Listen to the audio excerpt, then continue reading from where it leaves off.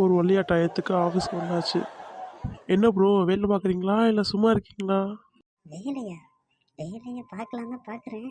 ஆனால் என்ன வேலை பார்க்குறேன்னு தான் தெரில. சரி வா ப்ரோ, நம்ம இங்கே டீ கடை பக்கம் இல்லை கேன்டீன் போயிட்டு வருவோம். வேலை தான் இல்லை இல்லை. அப்படி கூட அருவாள். இதான் நான் எதிர்பார்த்தேன். இந்த வந்துட்டேன்.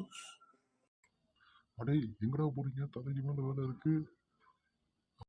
ஐயோ ஆண்டவா, இந்த கொசத்தோட தாங்க முடியலையே.